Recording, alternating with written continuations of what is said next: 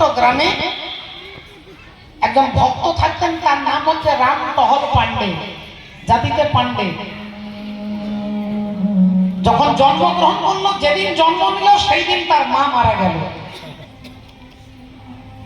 কিছুদিন পরে, কয়েক মাস পরে তার বাবাও মারা গেল। বাড়িতে রয়েছে দাদার বৌদি।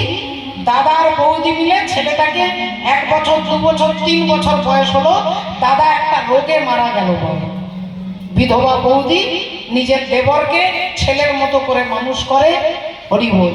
একটু যখন বড় হলো, ঘরে আগুন ধরে গেল, আগুন লেগে গেল ঘরে। গোটা ঘর দুয়ার সব পুড়ে ছাই হয়ে গেল।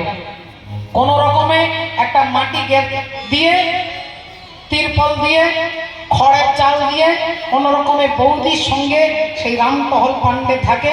কিছুদিন পরে এমন একটা রোগ হয়ে গেল যে তিনি অন্ধ হয়ে গেলেন। অন্ধ হয়ে গেল। বৌদিটাকে ধরে ধরে স্নান করায়, বৌদিটাকে খেতে দেয়। রামটহল পান্ডে কোনোদিন ভগবানকে মুখ ফুটে বলে না যে তুমি আমার জীবনে এত বড় দুঃখ দিলে। তিনি কোনোদিন বলেন না।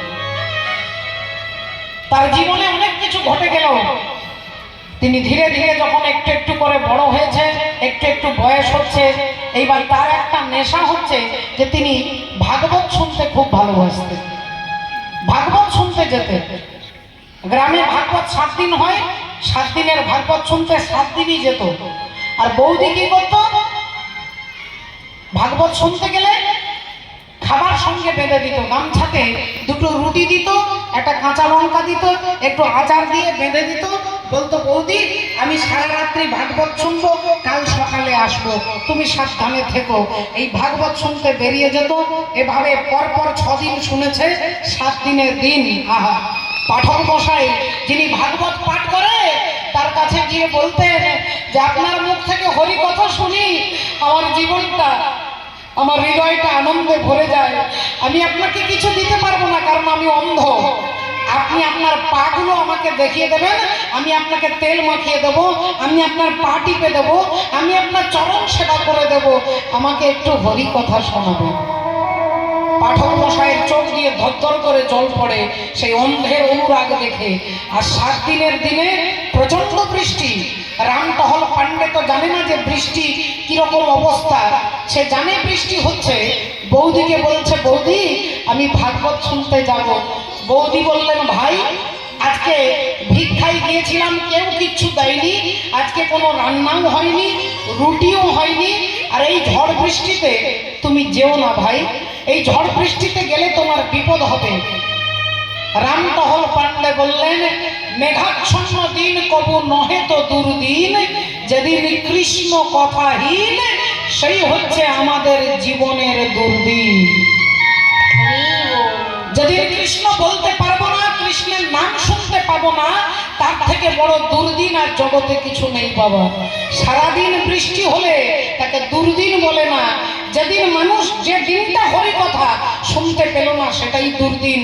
রামটহল পান্ডে একটা লাঠি নিয়ে আর লাঠি ঠুকতে ঠুকতে, লাঠিটাই তার অবলম্বন, কোথায় উঁচু কোথায় নিচু কোথায় গর্ত আছে, লাঠি ঠুকতে ঠুকতে পাশের গ্রামে 3 কিলোমিটার দূরে ভাগবত শুনতে যাবে।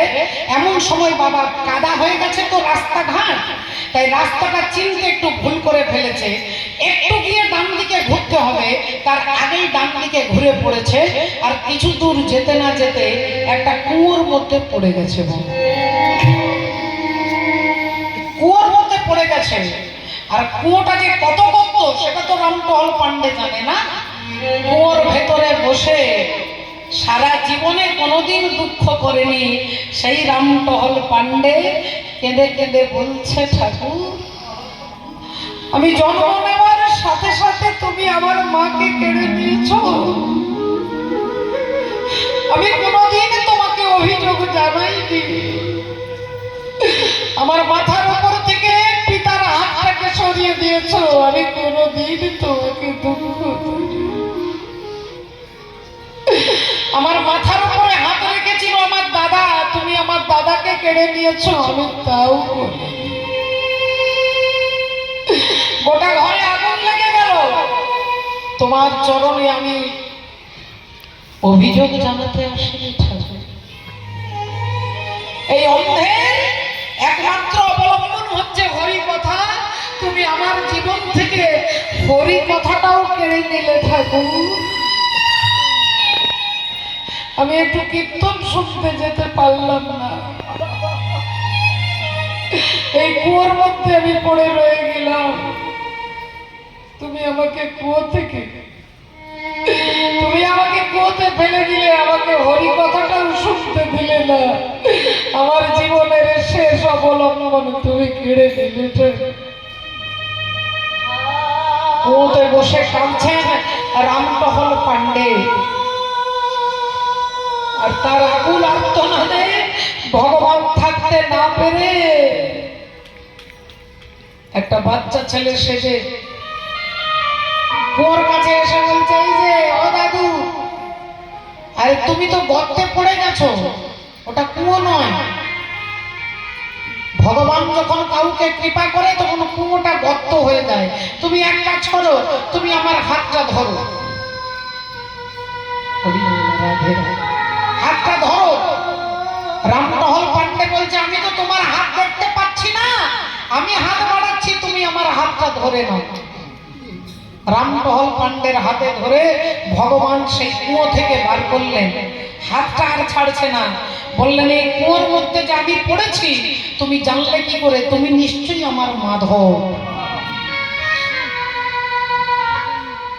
ভগবান বলছে, না না না, আজকে ভাগবত পাঠ হতে একটু দেরি হবে, তাই সবাইকে জানাতে যাচ্ছি একটু দেরি করে শুরু হবে।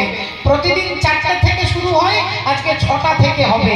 এই যেতে গিয়ে দেখলাম আপনি কুয়োতে পড়ে আছেন, আমি ওসব কেউ নই। ভগবান হাতটা ছাড়িয়ে নিয়ে চলে গেলেন। রামটহল পান্ডে এলেন ভাগবত শুনতে। ভাগবত শুনে রাধে রাধে। খাবার তো কিছু নেই। ভগবান বৌদি সেজে পাঠক মশাইয়ের হাতে দিয়ে রুটিটা দিয়ে বলছে, ওই যে অন্ধ লোকটা বসে আছে, ওই রুটিটা তাকে দেবেন তো, আমি ওর বৌদি, বলে চলে গেছে। আর পাঠক মশাই উনি তাকে ডেকে রুটিটা দিয়ে বলছে, আপনার বৌদি দিয়ে গেছে। ভাবলেন তাহলে বৌদি ভিক্ষায় আটা পেয়েছে তাই রুটি দিয়ে গেছে। রুটি খেয়েছে, আজকে রুটি খেতে অপূর্ব লাগছে, প্রতিদিন রুটি খায়, কেমন এমন রুটি তো কোনোদিন খায়নি। এই যে ভগবান নিজের হাতে দিয়ে গেছে মা। রামটহল পান্ডে রুটি খেয়ে, আর তিনি রাত্রিবেলায় লাঠি ঠুকতে ঠুকতে বাড়ি এসেছে। এসে বলছে, বৌদি তুমি আমার জন্য এত কষ্ট করে রুটি বানিয়ে নিয়ে গেছো। বৌদি বললেন, ভাই আজ তো আমি রুটি তৈরি করিনি, আজ তো আমি ভিক্ষায় যাইনি। না তুমি আমাকে ওই ভাগবত পাঠের ওখানে রুটি দিয়ে যাওনি? পাঠক মশাই বলল তোমার বৌদি এসেছিল। বলে, বিশ্বাস করো ভাই, আমি রুটি নিয়ে যাইনি, আজকে আমি ঘর থেকে বেরোইনি। রামটহল পান্ডে ঘরের ভেতরে গিয়ে দরজা জানালা বন্ধ করে হাত জোড় করে বলছে, ঠাকুর আমি বুঝতে পেরেছি দয়াময়, তোমার কৃপা না হলে কেউ তোমাকে চিনতে পারে না। তোমাকে চিনতে গেলে তোমার কৃপা দরকার হয়। আমি কুয়োতে পড়েছিলাম, তুমি আমাকে হাত ধরে তুলে দিলে। আমি খিদের জ্বালায় বসেছিলাম তোমার কথা শুনতে, তুমি আমার জন্য খাবার দিয়ে এলে। তোমার চরণে আমার শেষ নিবেদন, তুমি যেমন কুয়ো থেকে আমাকে বার করলে, একদিন এই ভবরূপী কুয়ো থেকে, এই সংসার কুয়ো